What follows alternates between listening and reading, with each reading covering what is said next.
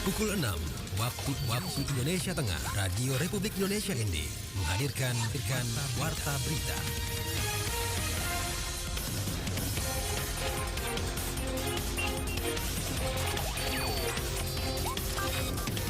Selamat pagi, saudara. Anda kembali mendengarkan Warta Berita Daerah RRI ND, edisi pagi ini, Rabu 14 Juni 2023. Dengan headline berita pagi ini,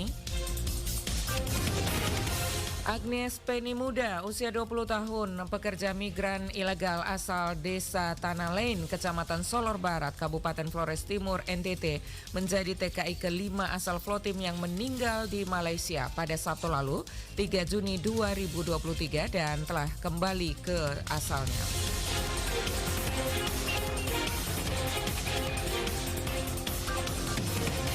Tahun 2023, pemerintah Kabupaten ND melalui Dinas Perumahan Rakyat, Kawasan Pemukiman dan Pertanahan Kabupaten ND belum mendapatkan bantuan perumahan dari pemerintah. Bersama saya Desi Natalia, pendengar, inilah berita selengkapnya. Pukul 6 waktu Indonesia Tengah, Radio Republik Indonesia ND menghadirkan Warta.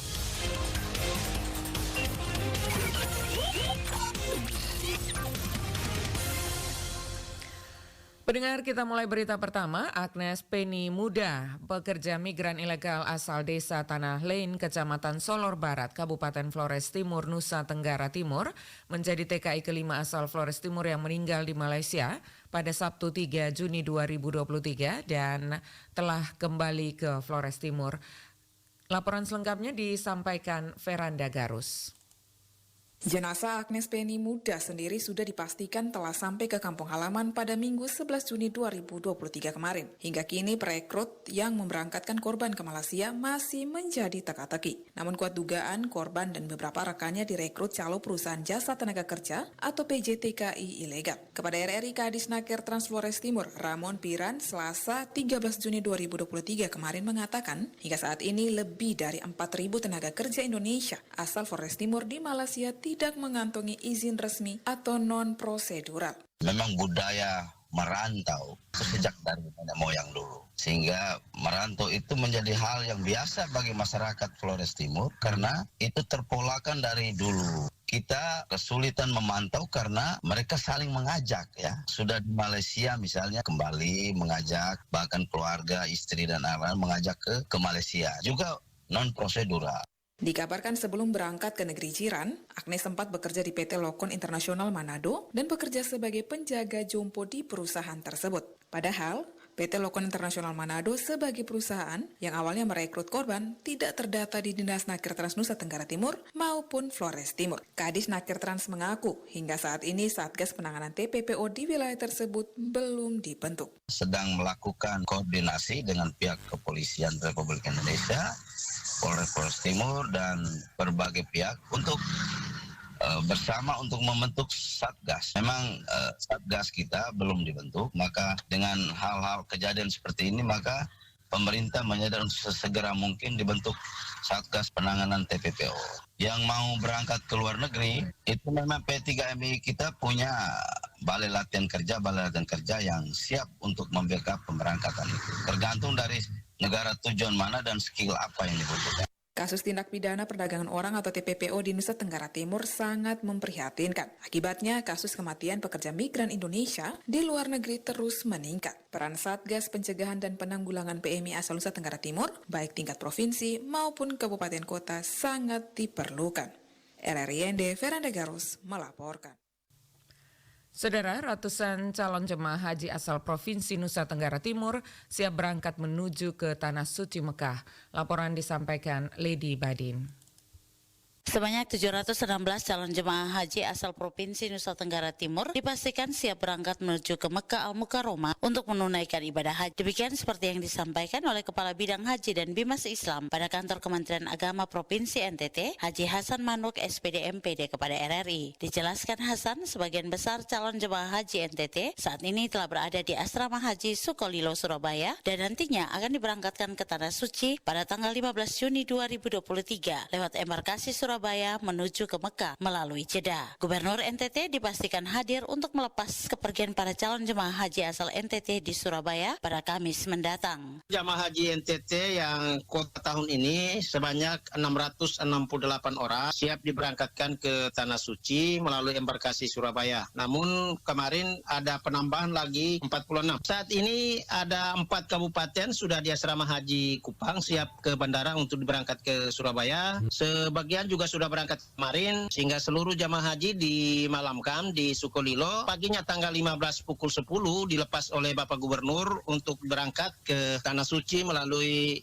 Jeddah. Hasan Manuk juga mengungkapkan bahwa calon jemaah haji yang tertua berusia 102 tahun asal Flotim namun tidak jadi berangkat ke Tanah Suci karena tidak memiliki pendamping. Sehingga berdasarkan data terakhir, calon jemaah haji tertua asal NTT berusia 96 tahun. Sedangkan jemaah haji paling muda berusia 20 tahun. 92 tahun. Awalnya 102 dari Flores karena tidak ada pendamping sehingga beliau mengundurkan diri. Kandungnya tidak ada yang mendampingi karena tidak termasuk dalam pendaftar. Termuda 20 tahun. Aturan kesehatan sudah terpenuhi semua. Insya Allah mereka akan berangkat dari embarkasi Surabaya tanggal 15 pukul 14.45 terbang dari Surabaya ke Jeddah untuk kloter utuh itu 445 tambah 5 petugas dan kloter campuran itu 189. Hasan Manuk juga mengungkapkan dirinya mewakili pimpinan mengucapkan terima kasih atas dukungan dari semua pemerintah kabupaten seprovinsi NTT dan dinas kesehatan masing-masing kabupaten yang terlibat dalam persiapan keberangkatan jemaah haji tahun ini. RRI ND Lady Badin melaporkan.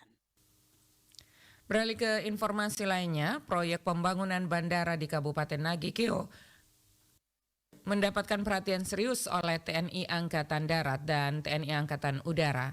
Kehadiran bandara di Kabupaten Nagikeo ini dapat dimanfaatkan bukan saja untuk pelayanan publik, tetapi juga sebagai pertahanan. Selengkapnya dilaporkan Ferry Soo.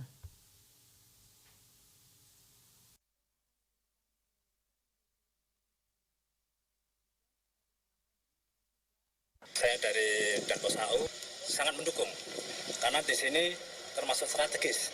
Saat meninjau lokasi pembangunan bandara bersama Bupati Nagikeo dan Danpos Angkatan Udara yang berada di Desa Tunggu Rambang, Kecamatan Aisesa, Kabupaten Nagikeo baru-baru ini, Dandim 1625 Ngada, Letkol CSI Deni Wahyu Setiawan mengatakan, TNI Angkatan Darat pada prinsipnya mendukung pembangunan bandara di bekas bandara peninggalan Jepang karena lokasinya strategis dan ideal. Dandi menyampaikan tinjauan lokasi bersama perwakilan TNI Angkatan Udara dan pemerintah Kabupaten Nagikeo untuk menegaskan bahwa lokasi yang telah dikaji sudah memenuhi persyaratan sehingga layak untuk sebuah bandara baik dari segi kesiapan lahan maupun kesiapan teknis lain. Lokasi pembangunan bandara pada Penlok 2 tepat berada di tanah milik pemerintah, bukan berada di tanah milik TNI Angkatan Darat. Setelah melakukan tinjauan lokasi, kata Dandim, pihaknya akan menyampaikan ketiga kementerian, Kementerian Perhubungan, Kementerian Pertahanan, dan Kementerian Keuangan guna melakukan kajian lebih lanjut untuk kepentingan pembangunan fisiknya. Kita meninjau kondisi nyata real di lapangan untuk Penlok 2 ya. Kemudian untuk menyatakan betul bahwa Penlok ini tidak berada di atas tanah TNI.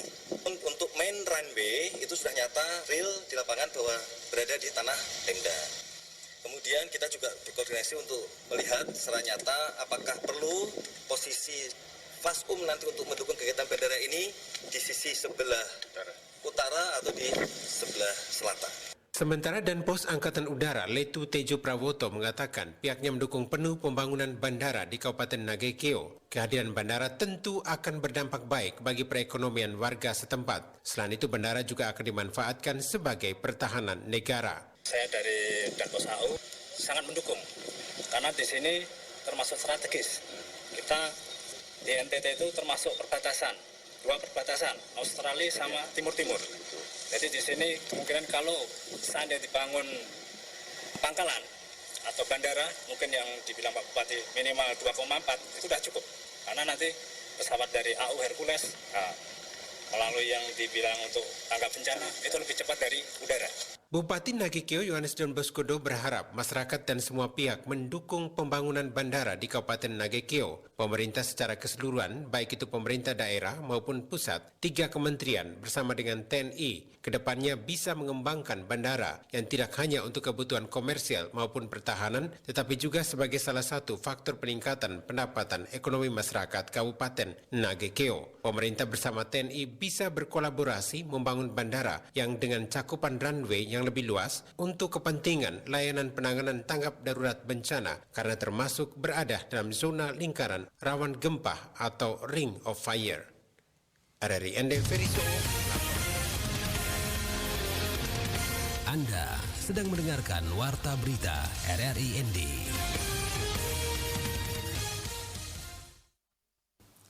Tahun 2023, pemerintah daerah Kabupaten ND melalui Dinas Perumahan Rakyat Kawasan Pemukiman dan Pertanahan belum mendapatkan bantuan perumahan dari pemerintah pusat. Laporan disampaikan Rovinus Wula.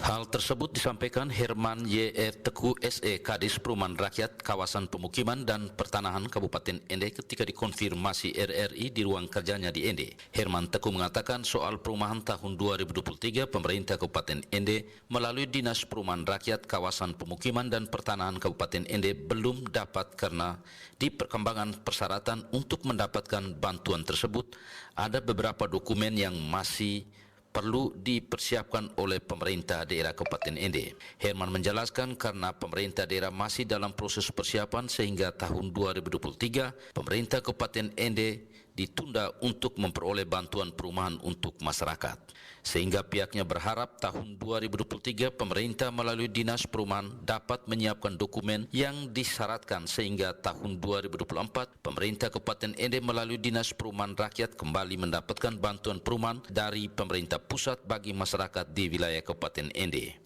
Soal perumahan tahun ini kita belum dapat karena di perkembangan persyaratan untuk kita dapat bantuan itu ada beberapa dokumen yang diminta untuk pemerintah daerah siapkan. Tetapi karena kita kemarin masih dalam proses persiapan, sehingga tahun ini kita masih ditunda untuk memperoleh bantuan perumahan itu. Sehingga kita berharap tahun ini kita bisa siap dokumen-dokumen yang menjadi persyaratan itu dan tahun 2024 kita bisa dapat bantuan dua-dua sanitasi maupun perumahan. Tapi tahun ini saya rasa kita cukup bersyukur karena dana DAK untuk sanitasi ini bisa menyentuh 23 desa. Ini sudah yang paling banyak untuk tahun ini dibanding tahun sebelumnya untuk sanitasi. Kadis Perumahan mengatakan tahun 2023 Dinas Perumahan Rakyat Kawasan Pemukiman dan Pertanahan hanya mendapatkan dana alokasi khusus DAK infrastruktur khusus sanitasi untuk 23 desa di Kabupaten Ende. Terdiri dari 17 desa mendapat dana alokasi khusus dan 6 desa mendapat dana DAUK spesifik keren.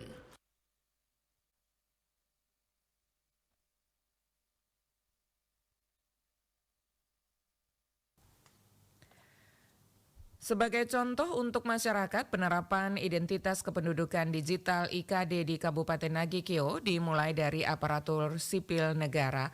Laporan disampaikan Suimam. Kepala Dinas Kependudukan dan Pencatatan Sipil Kabupaten Nagekeo, Hildegardis Mutakasi, kepada RRI Selasa 13 Juni 2023 menuturkan berkaitan dengan identitas kependudukan digital dalam hal ini penerapan KTP fisik ke digital, pihaknya telah melakukan pelayanan jemput bola Go to Office. Dijelaskan, langkah pelayanan ini dilakukan untuk memperkenal aplikasi identitas kependudukan digital IKD kepada para ASN sehingga bisa menjadi contoh untuk masyarakat. Harapan kami, ASN dapat menjadi corong untuk menjelaskan kegunaan dan manfaat dari aplikasi identitas kependudukan digital. Dikatakannya, setelah dimulai dari tingkat ASN, langkah selanjutnya pihaknya akan menyisir pelan-pelan ke masyarakat karena pemahaman mereka tentang aplikasi tersebut masih terbatas. Memang ini pekerjaan yang membutuhkan waktu ekstra, namun ke depan Dinas Dukcapil Nagekeo akan mulai mensosialisasikannya kepada masyarakat, baik itu di kantor Dinas Dukcapil atau langsung turun ke lapangan dalam pelayanan-pelayanan jemput bola, terutama bagi masyarakat yang sudah memiliki dan menggunakan menggunakan HP Android. Lanjut Hildegardis, manfaat atau keuntungan dari identitas kependudukan digital ini antara lain mempermudah akses layanan publik, mempermudah verifikasi diri tanpa membawa KTP fisik. Di dalam IKD bukan hanya terdapat KTP elektronik, tetapi ada dokumen adminduk lainnya, pemalsuan dokumen hingga kebocoran data dapat dicegah, dan untuk dokumen pribadi hasil integrasi mix lengkap dengan dokumen-dokumen lainnya.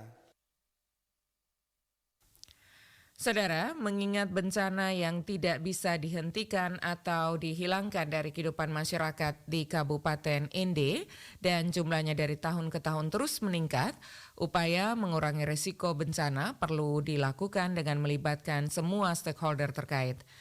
Seperti yang dihimpun oleh reporter kami Rosa Dalima menyampaikan bahwa NTT dikategorikan sebagai kawasan rentan bencana.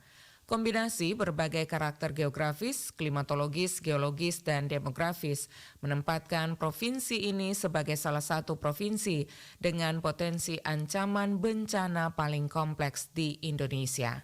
Demikian disampaikan Sekretaris Daerah Kabupaten Ende, Dr. Agustinus Ngasu, ketika membuka lokakarya pengarus utamaan dan pembentukan Forum Pengurangan Risiko Bencana PRB Kabupaten Ende. Bertempat di lantai 2 kantor Bupati, Selasa pagi, Sekda Gusti mengemukakan secara historis kejadian bencana terus terjadi berulang di hampir seluruh kabupaten.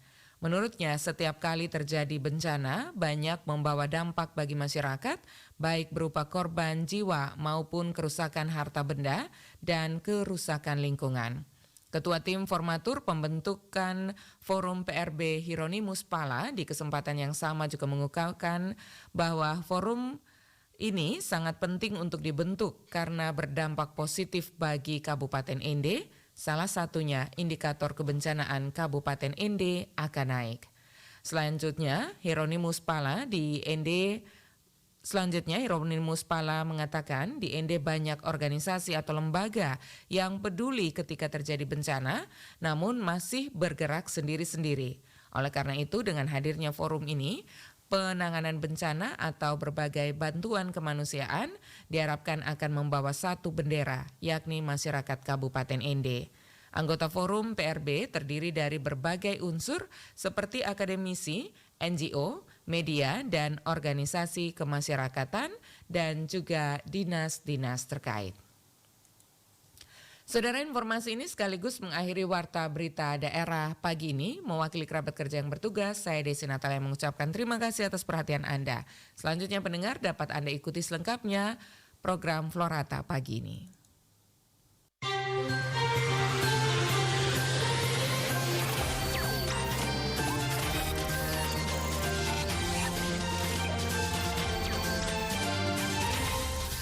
Terima kasih Anda telah mengikuti Warta Berita RRI ND.